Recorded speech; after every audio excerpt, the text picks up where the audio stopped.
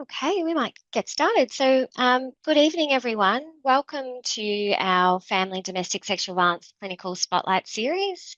This evening, we have first of four clinical spotlight series, and tonight's online session focuses on non-fatal strangulation and health impacts.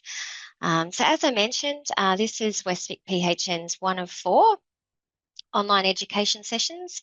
And we're running these on the last Wednesday of the month over 4 consecutive months. Tonight's obviously, we're really pleased to see so many of you dialed in on the screen. We have a great session planned for you today. My name's Emily Leary. I'm the Primary Care Project Lead with Western Victoria Primary Health Network, and I'll be helping facilitate this evening. Alongside me on the Zoom call, I'm joined by my colleague Jade Buller from the Workforce Development Team, and also Sarah Hole, Project Officer here with me at Western Vic. Before we commence, I would just like to acknowledge the traditional owners and custodians of the unceded lands and waterways of what we now know to be Western Victoria. We pay our respects to elders, both past and present, and we do commit to working together in the spirit of mutual understanding, respect and reconciliation. And we support First Nations self-determination, of course, for peoples and organisations. Now, just also wanting to cover off that you can view the majority of our webinar recordings freely on our PHN Learn YouTube channel. We will be putting the link to access our recorded webinar events into the chat. And please also ensure to have a look at our upcoming events that are on the screen now. You can register for our events via our website, and we will put this link into the chat for you as well. Westvic PHN's Learn and Network newsletter is the best way to stay up to date with our latest education opportunities and upcoming events. And if you haven't received an edition yet, please do subscribe via the link in the chat, or you can scan the QR code that's on the screen there. Editions are released on the first Tuesday of every month.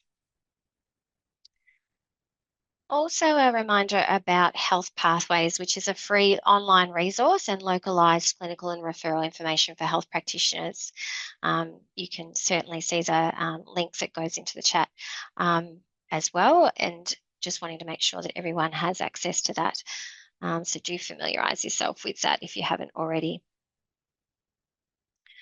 In terms of certificate of attendance for your participation in tonight's webinar, we will be emailing that to all participants. So do just take a moment to check that your full name is displayed accurately on your screen. If not, or you're not quite sure, you can rename yourself, or you can type your first and last name into the chat function now. That will ensure that we can issue you with a certificate of attendance following session. Of course, this event is being recorded. However, only the didactic component of tonight's session is being captured via the recording. So the recording will stop when we do kick over into the case-based discussions. So feel free to type any comments or questions into the chat function as you may think of them throughout the presentations. We do hope to provide some time to review those questions and see if we have time to respond to them live in the session. However, we do acknowledge that it's going to be quite a fast-paced 90 minutes. And so if we don't get time to address all questions, we will endeavour to actually respond to your questions in a written document following the session and send that out with our copy of the PowerPoint. Now, of course, importantly, the clinical spotlight series across the family domestic sexual violence health portfolio, this is an initiative of the Strengthening Primary Care Responses to Family Domestic Sexual Violence Pilot Project, which is being nationally evaluated. And so for that reason, it is really important that attendees do take the time to complete the post-session evaluation survey, which will come to you after the webinar, but is also up on your screen there as well. So we'll pop a link to that in the chat as well. Do make sure that you take 5 or 10 minutes to fill it out, either towards the end of the session or in the next couple of days. Also, of course, just to note that throughout the session, there's going to be discussions around sensitive topics related to family domestic sexual violence that may be sensitive or emotional at times. And these conversations are challenging in their nature. So just please know that you're not expected to share anything that may feel uncomfortable. And at any point, if you do just need to take a moment, step away, you're welcome to do so quietly. We, of course, want you to approach this session with compassion, openness, empathy for yourself and for others as well. Okay, so just wanting to ensure that we also put up some important phone numbers that you may wish to acknowledge now, and also we'll send these out after the session as well. So we have our 1-800-RESPECT, which provides a national support service for family domestic sexual violence counselling and information and support. And we've also popped up our mental health and wellbeing phone number and website there. So just wanting to quickly introduce our fantastic presenters that are going to be participating tonight and sharing their expertise and wisdom. So we've got Courtney Artridge from Women's Health New South Wales. And Courtney is a project officer, and for over the past 2 years, Courtney has implemented the Pathways Project, which focused on strengthening professional understanding and local capacity to respond to women experiencing non-fatal strangulation and consensual sexual choking. Courtney's passion and unique understanding of the gendered nature of violence was gained from her work within the international humanitarian aid sector and project implementation in countries suffering from violent conflict, including Iraq and Yemen. Courtney's professional experience expands across a variety of roles, including nurse, security advisor, education officer, and pre-hospital care coordinator. Then following Courtney's presentation, we have Dr. Johanna Lynch, Associate Professor with the General Practice Clinical Unit at the University of Queensland. So Johanna is a grad cert, grief and loss, general practitioner, researcher, and medical educator. And she consults nationally and internationally across the health and domestic violence sectors on strengths-based, trauma-informed, and whole-person approaches to health. Her doctoral research described the sense of safety theoretical framework as an integrative approach to distress and healing for the whole person within their community, published in Frontiers in Psychology and as a peer-reviewed book. Now also as an audio book entitled A Whole Person Approach to Wellbeing, Building Sense of Safety. And she was an author of a key paper on non-fatal strangulation with the Australian Journal of General Practice, which we will also be sharing that journal link in the chat with you today. We also will be hearing from Jacqueline Bell, Justice, Rights and Equity Manager with Sexual Assault Services Victoria. Jacqueline is the Manager of the Justice and Equity Sexual Assault Services Victoria, and her work includes collaborating with stakeholders on improving the rights of sexual assault victim survivors in the justice system. She's previously worked as a lawyer in the corporate, community and public health sectors and has worked at Cancer Council Victoria in tobacco control, alcohol policy and food environment policy, as well as worked for the peak body of Western Australia's community managed mental health services. Also, we're going to be hearing and supported by Dr. Melinda Gill, who is a general practitioner who works at Headspace in Geelong and also works as a GP consultant with Western Vic Primary Health Network, supporting us with our family domestic sexual violence pilot project. She also has a background in international health programming, program evaluation research, and we're very lucky to have Mindy's expertise tonight in helping to guide around the localisation of the content that's being presented by our presenters. So that being said, it's my pleasure to introduce our first presenter, Courtney Artridge from Women's Health New South Wales, to kick off our session on non-fatal strangulation. Thanks, Courtney. Thank you, Emily. Okay, so my name is Courtney, and alongside my colleague Jackie McMillan, who you'll see in the chat, we work at Women's Health New South Wales. So we are the peak body for 21 non-government community-based women's health centres and special purpose services operating across New South Wales. Each women's health centre marked on the map here supports the women in their community by providing a multidisciplinary response. So roughly 60% of our workforce are counsellors, However, we also have doctors, nurses, and case managers, just to name a few. So today I'm going to share some key insights from the Pathways Project. The Pathways Project came about when we identified a need to strengthen professional understanding and local capacity to respond to sexual assault-related non-fatal strangulation and acquired brain injury. So the Pathways Project was a New South Wales-based project. The examples and insights I share today are from the New South Wales perspective, and we'll include different services to the ones that you have available in Victoria. But the core messaging is relevant to all GPs and other medical practitioners working in Victoria. So the following speakers will delve deeper into the Victorian and Western Victorian context. So we identified 3 key insights from rolling out the Pathways Project, and they can all be used in general practice settings to improve health outcomes for women with experiences of strangulation, sexual choking, and brain injury. So to help unpack these insights, we'll use a case study from one of the women's health centres that we work with. So Opal is a 49-year-old single mother who had been unable to work for several years due to poor mental health. Opal first engaged with Women's Health Northern Rivers as part of the Worth program. This program was designed to support women in the local area after devastating floods in 2022. Through the program, Opal received ongoing counselling. During one of Opal's counselling sessions, she disclosed she'd experienced domestic and family violence when living with her ex-husband. Opal said she escaped the violent relationship 15 years ago after her ex-husband burnt the family home down. After this disclosure and in the same consult, the counsellor used plain, simple language to screen Opal for strangulation. Opal revealed she had been strangled by her ex-partner.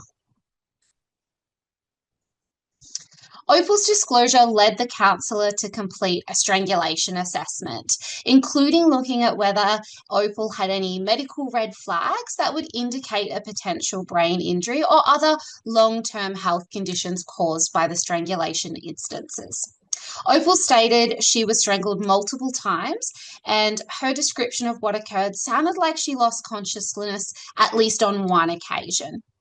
Upon using open-ended questions, the counsellor helped Opal to identify any new or evolving neurological symptoms that had occurred since the event.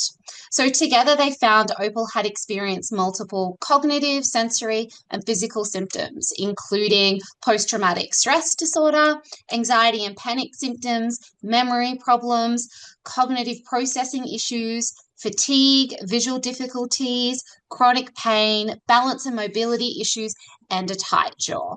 These symptoms have had a significant impact on Opal's quality of life, and in the previous year contributed to her having a mental health crisis at work. At the time this assessment was completed, Opal was unemployed and relying on government benefits for her daily living expenses. On the screen, you can see images of the Women's Health New South Wales strangulation assessment tool. On the second image, you can see the practitioner instructions in the left column and the results of the assessment in the right column. So this assessment tool, it's available on our website. Okay. So what happened next? The counsellor delivered health promotion designed to encourage help-seeking behaviour. She supported Opal to make the connection between her experiences of strangulation and the current health impacts she was struggling with, even though those experiences occurred over 15 years ago. Opal was supported to discuss her experiences and symptoms with her GP, whom she trusted. To help Opal communicate to her GP what's been going on for her, they filled out one of the medical referral letters we also developed. Through Women's Health Northern Rivers, Opal was also able to access case management and social work, neurophysiology and physiotherapy, and occupational therapy. These services were all free and provided on-site at the centre. The centre also provided fuel vouchers to travel when she needed medical scans and gap fee coverage to pay for those scans. So Opal found this response validating and felt supported for the first time. However, beyond Women's Health Northern Rivers, the system wasn't working for Opal. Her biggest concern was her deteriorating health and the possibility of permanent unemployment, leading to homelessness. Opal wasn't eligible for financial assistance packages that fall under the victim support scheme here in New South Wales because the violence had happened more than 10 years ago. Her eligibility for the disability support pension was complicated because she didn't yet have a medical diagnosis for a brain injury. A few months after this study was written, we were informed Opal's application for the disability support was finally successful. A major contributing factor for this success was the collaboration between Women's Health Northern Rivers and another local organisation that helped Opal produce a strong application based on her PTS diagnosis rather than her potential brain injury. The financial support gained from her initial application will support Opal as she continues to recover from her abuse. And in the future, it can be expanded to allow her to access the services needed to address the potential brain injury. Okay, so the case study and Opal's disclosure that she experienced multiple historic incidences of strangulation at the hands of her intimate partner is the most common presentation of strangulation at the women's health centres we work with. Alongside domestic and family violence is the most common although domestic family violence is the most common context in which women are reporting strangulation, strangulation also occurs in the context of sexual assault and in consensual sexual choking. The most recent Australian study on sexual assault-related non-fatal strangulation was published in 2016. It told us that 7.4% of sexual assaults involved strangulation. Strangulation occurred most often at the hands of their intimate partner, so rather than acquaintances, friends, or strangers. Data from 2021 found 27% of women who had experienced coercive control also reported that their partner had been strangled, choked, or grabbed them by the throat.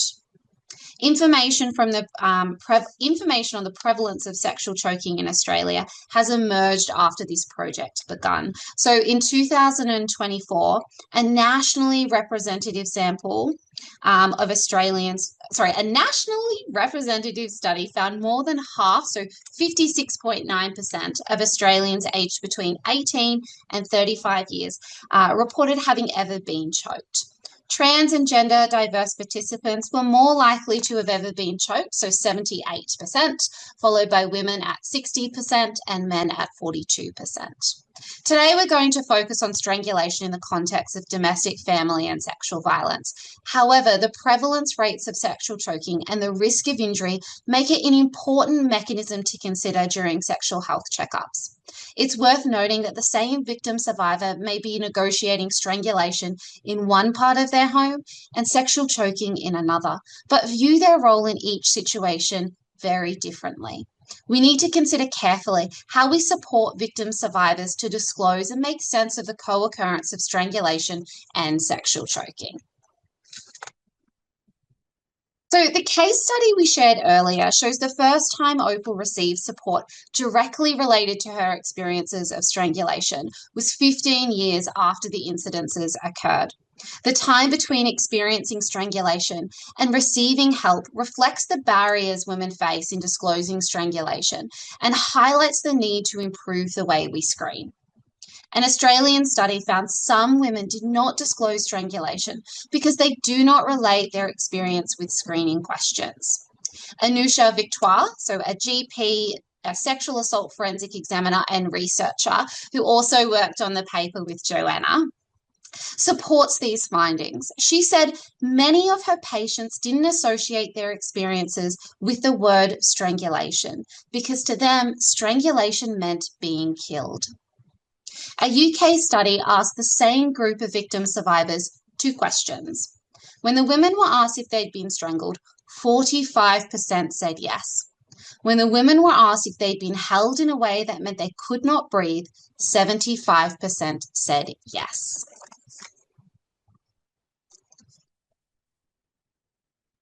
We recommend using more benign and general questions about pressure being applied to the neck or being held so you cannot breathe to help avoid confusion about terminology and potential minimization by victims and survivors. This approach worked. One women's health centre we visited told us they saw very little strangulation, despite their core business being domestic violence. However, after our training, they changed the way they asked the question on the New South Wales DV risk assessment tool, the DV SAT. They now ask, was pressure applied to your neck or were you held in a way that made it hard to breathe, even during sex? Women usually start to shake their head until the questioner gets to even during sex, and then they nod yes. 4 months on, one worker we trained at that centre told us that they see 90% of their clients they see have experienced strangulation. Women's Health Centre protocols provide guidance to practitioners on screening for strangulation that is relevant to the way that their centre operates and the various communities they serve. So, for example, one Women's Health Centre implemented routine screening for strangulation, whilst other centres wanted staff to screen if there were indicators of or disclosures of domestic, family, and sexual violence. Importantly, data from those centres who did implement routine screening showed disclosures of strangulation occurred in doctors' appointments where the women's presenting issues were cervical screening and sexually transmitted diseases. We also supported women attending our centres making disclosures with the poster you can see on the screen here. Our members used it in their waiting rooms and treatment rooms as a conversation starter. As demonstrated in the case study, strangulation impacts a woman's physical, emotional, mental, and psychosocial health. As the main coordinating point for women's health issues, GPs play a pivotal role in supporting multidisciplinary responses to women with experiences of strangulation. Making a multidisciplinary response will include identifying the woman's needs. So, for example, if a patient discloses a historical strangulation event, you know that there was a mechanism of injury for a potential brain injury and will need to manage and provide referrals for any new or evolving neurological symptoms. It is also considering safety, including by making sure that you don't let the woman go home with the perpetrator with advice that isn't safe for her to carry or advice that isn't achievable in a violent and stressful domestic setting. It includes considering the client's long-term needs and connecting with services that can support them throughout their healing journey. It is keeping children in view. This is not just in terms of mandatory reporting obligations, but also considering the intergenerational effects of violence. So connecting kids present in the home for strangulation to early intervention services. We should also remain cognizant that kids might be experiencing violence themselves, including strangulation directly from the perpetrator. And finally, keeping legal and compensatory options in mind in case the woman chooses to pursue them later down the track, like paying attention to how we record incidences of strangulation in our clinical notes. One barrier practitioners at the Women's Health Centres faced in making a multidisciplinary response was accessing brain injury services, a major contributing factor to the complex presentation of brain injuries. As the Australian Women's Health Alliance pointed out, acquired brain injuries are common but underdiagnosed and underreported in women, especially in those affected by domestic and family violence. This is connected to the way that women's brain injury symptoms are often dismissed or wrongly attributed to psychological issues or alcohol and other drug use. Again, particularly in women who experience domestic, family, and sexual violence. There is growing evidence for the need for high clinical suspicion of brain injury in people who've experienced strangulation and hits to the head as a result of domestic violence and sexual violence, and or those who engage in consensual sexual choking. One example is a recent Melbourne study that found traumatic brain injury and hypoxic brain injuries in rats resulted in worse social deficits and white matter damage, impacting memory, balance, and mobility issues. You can see some of the other examples on the screen here. So returning to Opal's story, you may ask, how did Opal receive a multidisciplinary response, given that she lived in a rural area that had no brain injury services or appropriate allied health services available to help her? So Opal's town is home to Women's Health Northern Rivers. When Emma Siegel, the manager of this centre, identified there was a gap in their referral pathway, she went on to apply for a separate grant to help fund brain injury and allied health services for local women who had experienced strangulation. She got those monies and the pathway program was born. With this funding, Emma was able to get Opal and other clients the centre sees the help they needed, delivered in a place they already felt safe and comfortable. This is a great example of why it's important to stay connected to local services in your area. Non-government organisations often run time-sensitive initiatives that may be helpful to your patients. So going back to the 3 key insights for improving outcomes for women with these experiences, the final one is delivering health promotion. In the case study, the counsellor who first saw Opal used a health promotion approach to help Opal recognise the connection between her experiences of strangulation and the current health impacts she was struggling with, even though those experiences occurred over 15 years ago. This approach gave Opal the information she needed to make informed decisions about her health and allowed her to take steps towards recovery. Instructions for health promotion were included in all 20 referral pathways developed by the Women's Health Centres. You can see our Women's Health Centre practitioners practicing delivering effective health promotion using role plays on the screen here. So brain injury was an area where we had to do some additional work to support practitioners to deliver effective health promotion. In addition to the lack of accessible, affordable, and acceptable brain injury services for women, there was also a lack of information available for women that addressed both the brain injury and the violent domestic setting in which it occurred.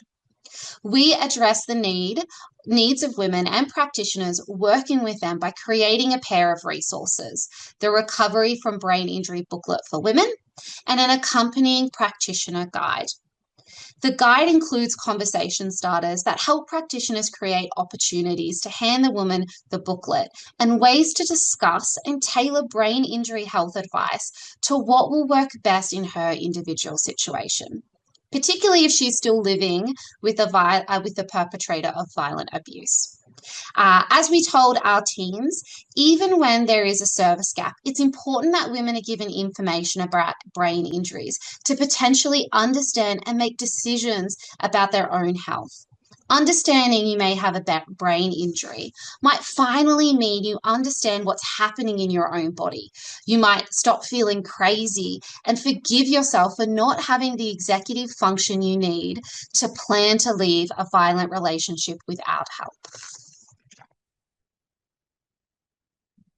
Our work with GPs in New South Wales also saw us create resources specifically designed for medical practitioners, some of which are up on the screen. You'll find all of these on a dedicated page for healthcare providers on our website, itleftnomarks.com. So while the Pathways project concluded last year in July, we're still working at Women's Health New South Wales on workforce capacity building initiatives and are very happy to talk about this project. By working together, we hope to ensure that there's no wrong door for women experiencing strangulation, sexual choking, and brain injury, and that women's holistic needs are being met when they choose to disclose these experiences to us anywhere in Australia. Thank you, Emily. That's all I have.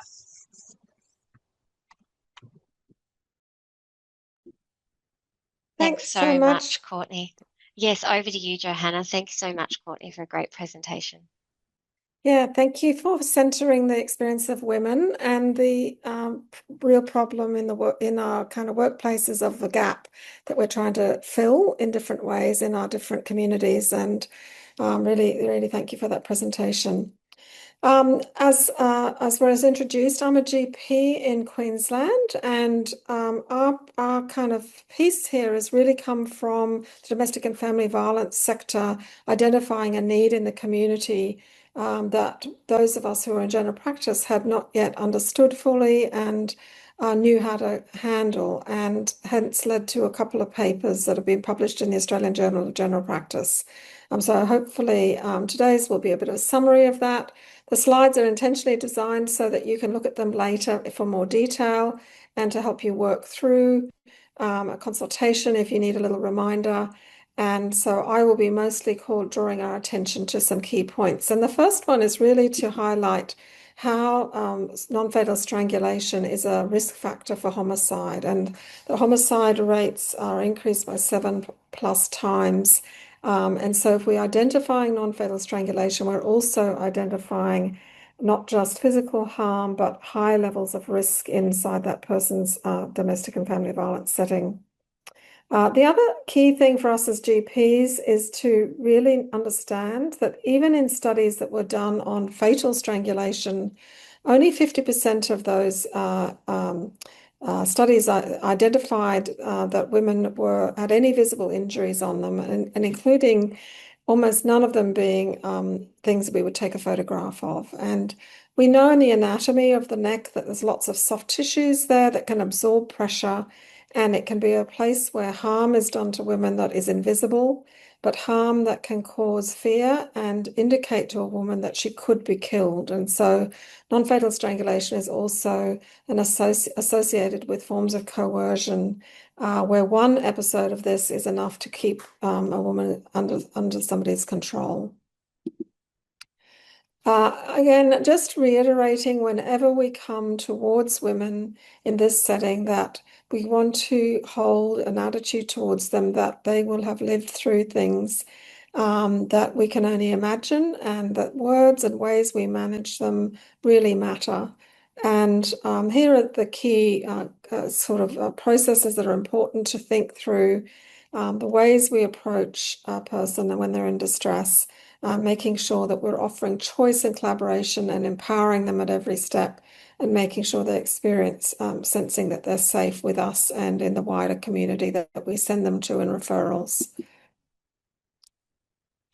There is a new paper come out from the Australian Journal of General Practice in December that is a summary of many of the different ways we think about integrating trauma-informed practice into normal care.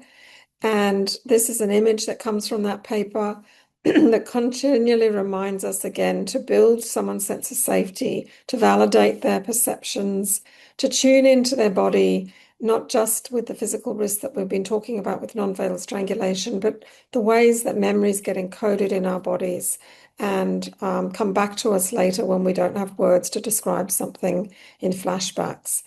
And that each time we want to offer the opposite of what they've received in their traumatic scenario by facilitating choice and orientating towards healing and maintaining awareness of them within a system inside their family, including awareness of the perpetrator of harm against them in the system, in how we respond and record in our notes as well. Again, this is a whole of clinic issue. The ways we manage people who've been traumatized is sort of manifest in things like access, how we book people in, how we manage confidentiality at the front desk, how we prioritize people, and how we care about them speaking in their heart language when they're trying to discuss something that's distressing. And so just this slide's to remind us that training that includes training the whole of practice is to be sought after, so that we're working in teams that make things different for each person that comes in the door. This is another paper that was published by the AJGP in the most recent edition in December. And again, prioritizing our awareness that people get coerced in these settings through things that are invasive, such as strangulation, but also through things that are confusing, through minimizing someone's experience or questioning their experience, or betraying them when they thought they could trust you. As well as through isolating someone, withdrawing connection, isolating someone from their loved ones, and threatening to leave them or suicide towards them. So many of the different ways that are surrounding non-fatal strangulation might be experiences that women you see are having. And for us not to just focus only on invasive things, to notice all the subtle ways that humans can get controlled, because we are people who love connection. And so things that disconnect us are equally distressing. Just a couple of slides on the physiology of strangulation. So looking there at the venous, arterial, and airway, as well as the psychological injury, all occurring at once, all tied into terror and loss of consciousness. And the next slide sort of reminds us how fast loss of consciousness can come when someone has their arteries occluded. And this is seconds in an adult male, reminding us about seizure and loss of bladder and bowel control. That can be things you ask about in your history taking that then can be used later in court to confirm that she definitely had gone through an anoxic experience with that person. This is a reminder that the ways that people present, as has been beautifully highlighted with Courtney, are that things can be left out of the story when the questions we are asking are not clear, but also that people can have unsurety in their own history because of the confusion, the loss of consciousness, the loss of their memories due to terror or being unconscious, that then make a linear narrative very difficult. And so recording what we can and listening carefully to try and make the pattern in our own ways of writing down what's happened can make a big difference to understanding what's happened to a person over time. Again, to remember that people who have been traumatized often are also carrying great big responsibilities for other people in their community, including their children, or they may have injuries that we pay more attention to than thinking about what might have happened in strangulation. And so to be aware that we might get distracted from asking about these situations. And again, that some women in our community experience this so often that it's become normal to them. And so for us to be aware that the repeated experiences of non-fatal strangulation are a real experience in our community. They also will influence how we think about images and the use of X-rays in that particular group of people. And of course, that acute symptoms and swelling can happen up to 36 hours later. And of course, traumatic experiences, as in the case of Opal, can happen many years later. So the need to screen, and I think Courtney's beautiful questions can help us there. This is an outline that's in a key paper, which has already been put into the chat, I think. Just to remind us, there's a list of physical red flags you need to be aware of. There is also a list of domestic and family violence risk factors you need to be aware of, because you're caring for both the setting where this has happened and the physical body of the person who's experienced it. At the same time, you've got to consider how much imaging you need to do and documenting so that we can follow this through into the court processes accurately. And then each time, as Courtney also highlighted, consider the children's safety in that home right on that day and beyond. And again, to set up follow-ups so that it happens, you see the person again in 3 days, and to refer them appropriately to the emergency, and obviously set up long-term follow-up at the same time. So I'll just quick through the last few slides, which are self-explanatory to read, and I'm very aware of time for the next presenter. But there's a few slides on the approach to history and examination, much of which we've already covered, but just to reiterate the key points. And then that we have a set of questions that might help in understanding this history-taking process. That there are key elements for us to think through around airway, breathing, circulation, any changes in disability. And so we're checking for neurocognitive losses, and of course, external signs of injury and signs of struggle, including what we mentioned before about evidence of having lost control of their bladder or bowels. Imaging, some key points here around rarely using MRIs unless we think there's something in laryngeal or cervical spine, and that mostly we want CT angiograms if possible, and nasendoscopy to help document any visible signs of pressure on the inside of the throat. Again, safety netting is so important, and repeatedly reminding about seeing the person again in 3 days. That the way we document is really important, and there's a key element of that paper that follows that up. Again, that we want to be making sure we name the alleged perpetrator and identify witnesses for later notes, and be as detailed as we can without it being too subjective. And our main question at the end of that first visit is the person safe to leave to go home? And that we've set up the safety netting adequately. There's in some places we can go if we're really concerned about someone's risk, for imminent risk, and Orange Door is always available to be consulted. And here's some key numbers which will be in your handout when you receive it. And again, Health Pathways, Western Vic Health Pathways have key pieces of information that could help you in the moment when you're with this person. So I pass on now to Jackie.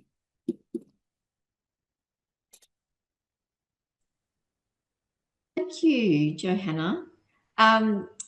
So my name is Jackie. I work for Sexual Assault Services Victoria. We are the peak body for the specialist sexual assault sector in Victoria. We have members all over the state. You might be familiar with the term CASA, Centre Against Sexual Assault. So the CASAs are our members. And I'll start by saying that I guess our counsellor advocates working with survivors of sexual violence are seeing increasingly non-fatal strangulation being presented to them. Next slide, please, Emily. And we can keep going again onto the next one. What I'm going to cover today is I'm going to go through what the law says in Victoria. And Johanna has already provided some excellent information about the kind of medical records that can support a prosecution of non-fatal strangulation. And I'll be adding to that a little bit in my presentation as well, as a lawyer and not a doctor. And so I defer to Johanna and her knowledge there, but I've drawn on some literature, some other literature that's come out in my presentation that might be of interest. So what are the non-fatal strangulation laws in Victoria? They commenced from the 13th of October 2024. And there are two, which means that when you're seeing patients prior to that date, non-fatal strangulation could come under our assault laws, but not under our non-fatal strangulation laws. There are two separate offences. So there is a 5-year offence and there is a 10-year offence. And what that means is there's up to 5 or 10 years in prison. Our non-fatal strangulation laws apply in the context of family and domestic violence only. So it does not apply, for instance, in cases of sex workers or in casual sexual relationships. Next slide, please. The 5-year offence. So what prosecutors need to prove is that there was intentional choking, strangulation or suffocation. There is no need to prove injury for the 5-year offence. There is a defence of consent, and that defence brings in affirmative consent principles, and there are also the general defences available that exist, for most crimes in the Crimes Act around self-defence, duress, sudden and unexpected emergency. But I guess the main one is affirmative consent. So where where the person who has undertaken the strangulation has done or said something to confirm that the other person consented to that. It is complex in this area. And we will get to that. So next slide, please, Emily. The 10-year offence. Again, there needs to be proof of intentional choking, strangulation, or suffocation. There does need to be proof of injury, and there needs to be proof of intention to cause that injury. There is no consent defence. So I guess in cases where there is proof of injury and an intention to do that, to cause that injury, you can't plead that the person that you have injured consented to that. And then the same general exemptions apply around medical conduct and bodily adornment in good faith. Next slide, please.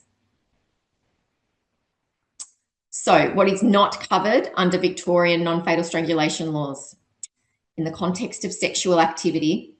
So sex workers who are strangled, victims of stranger and date rape and sexual assault and casual sexual relationships. But keep in mind that medical evidence may still support an assault charge.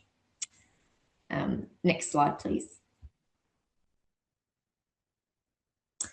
Just very quickly, because you might have colleagues across the country, non-fatal strangulation laws differ across state and territories.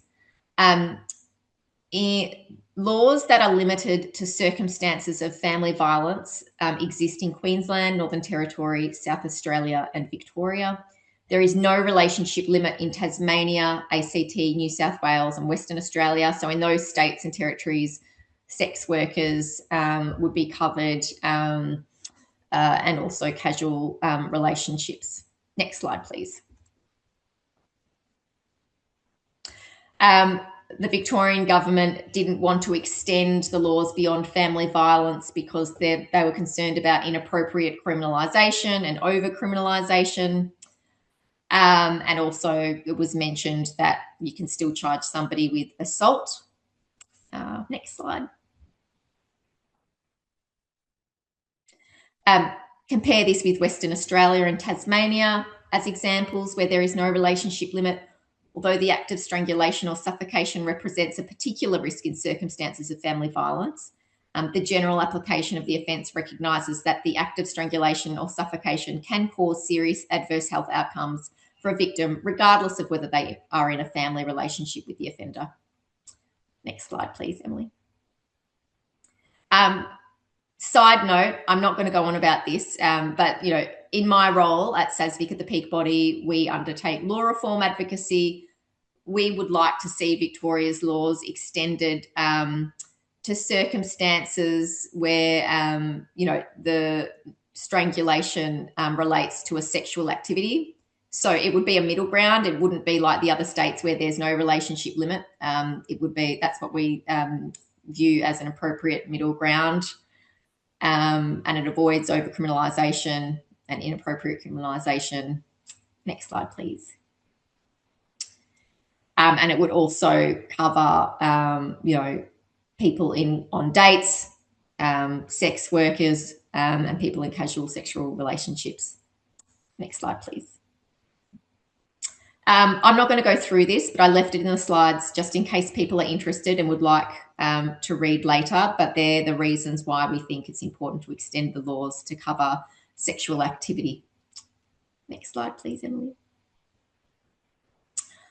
Okay, so as I said, I'm going to touch on the types of medical evidence that can assist in non-fatal strangulation prosecutions, and Johanna has already touched on this. I am drawing on an article published by the authors you can see there, led by Heather Douglas, who's at the University of Melbourne. And they did, I guess, a systematic review of various bits of research to summarise for us what has found to be useful to prosecutors who are seeking to prosecute non-fatal strangulation offences. Next slide, please.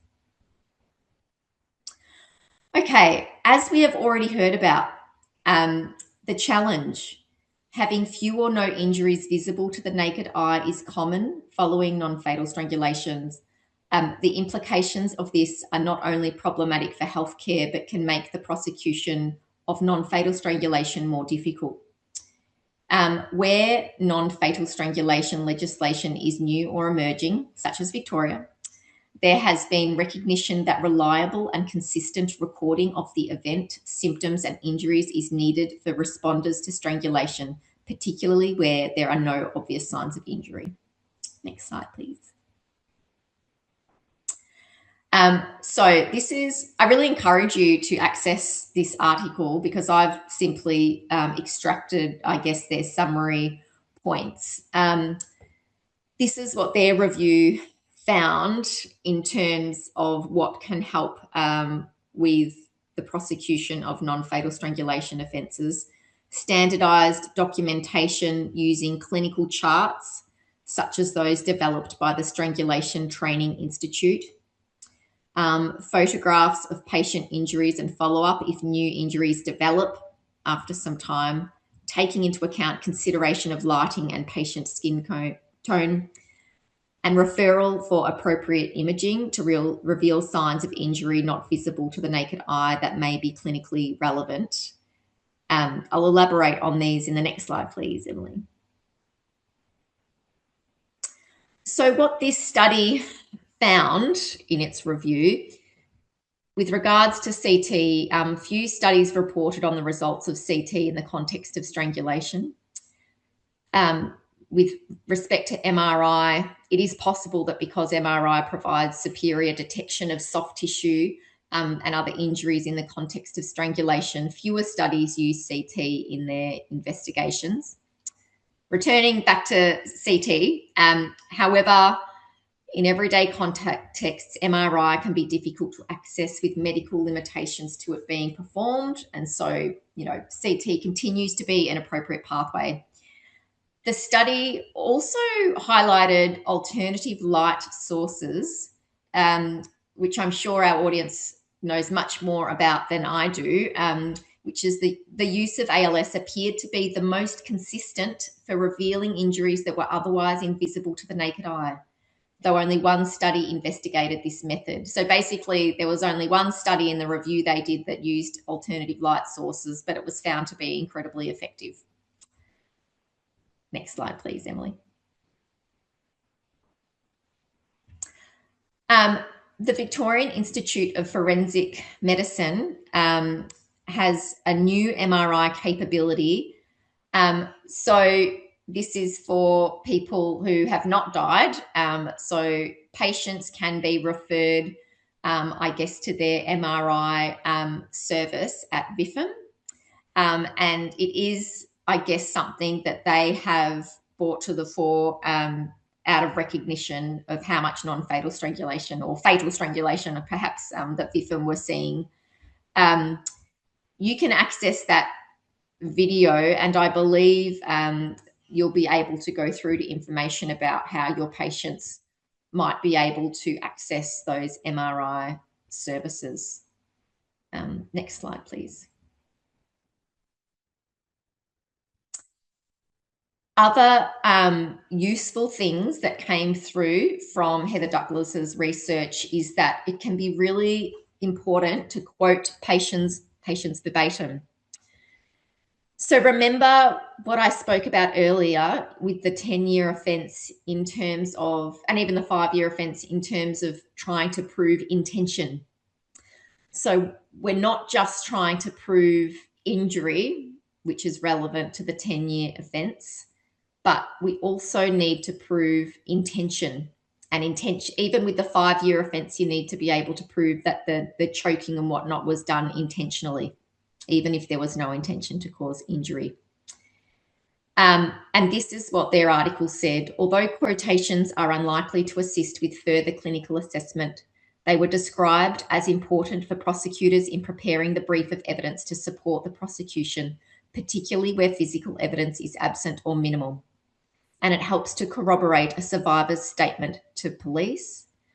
And there are some questions that are put forward in that article. But what I really want to emphasize here is Joanna's absolutely wonderful presentation around trauma and sexual violence informed care and the importance of agency and control of survivors. And that's particularly important in sexual violence because, as we know, sexual violence involves the taking away of somebody's agency, their personal autonomy, their control over their own person. And so any questioning, I think, really needs to be undertaken within the framework that Joanna spoke about, in that incredibly sensitive framework. Next slide, please.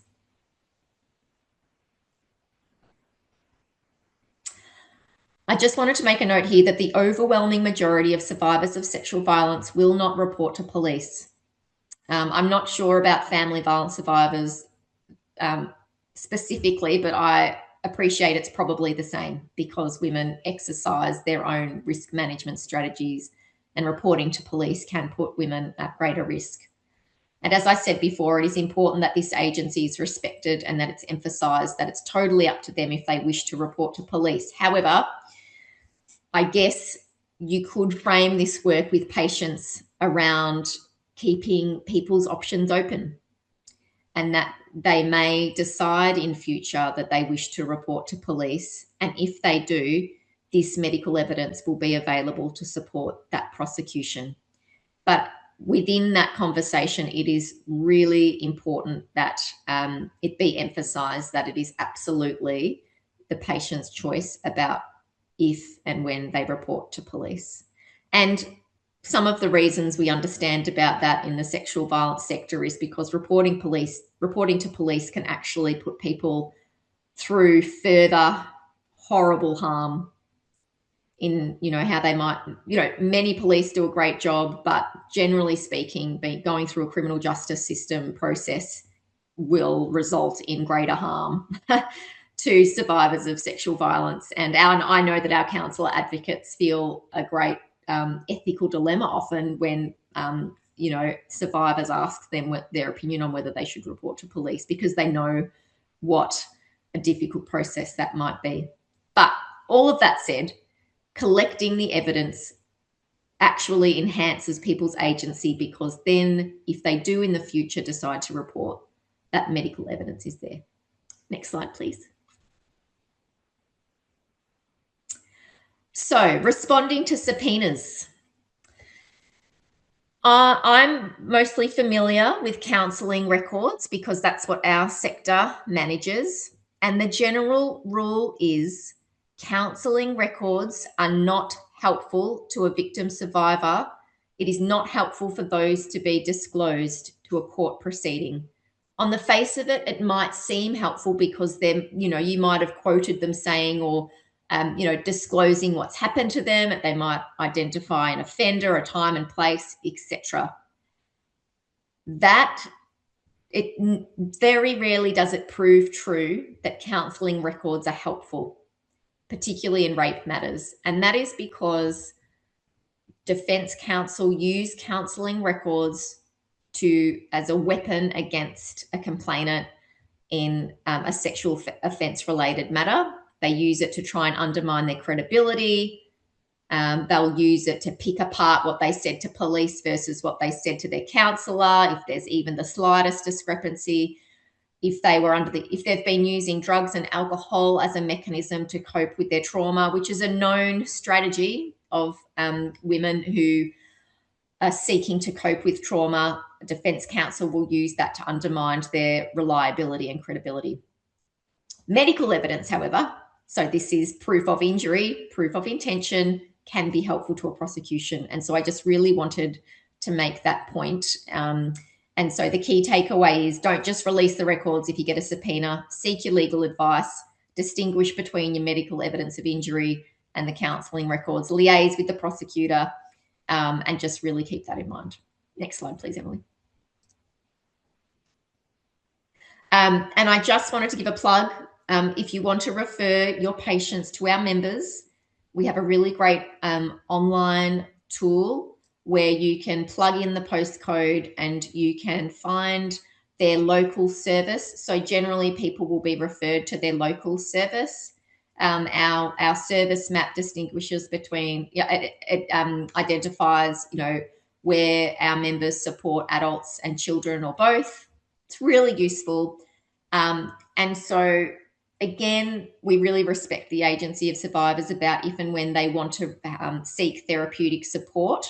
But you can always just highlight that this service map is available, that they can use it in their own time if ever they decide to seek support. And also our members provide secondary consultation to professionals. So you can contact the local CASA if you would like a secondary consult for someone who has experienced sexual violence and non-fatal strangulation. Next slide, please. And that was the end of my presentation. So thank you so much, Emily, and everybody for listening. Thank you so much, Jackie, and also just wanting to thank Courtney, Johanna and Jackie for your presentations and your expertise and knowledge that you've shared through this evening's session. I'm sure it's really useful information for primary care professionals across a range of different areas, but with a particular focus for primary care in Western Victoria in terms of supporting victim survivors. Now, just sort of having a bit of a look at the time. So we're right on time in terms of being ready to move into our case studies segment, but I do just want to check in with my colleague Sarah just to see if there's been any questions that have come through the chat function through the presentations. Hi, Emily. No questions yet. Thank you. Okay, fantastic. Well, what we're going to do is we're going to just hit the stop recording button, if that's okay.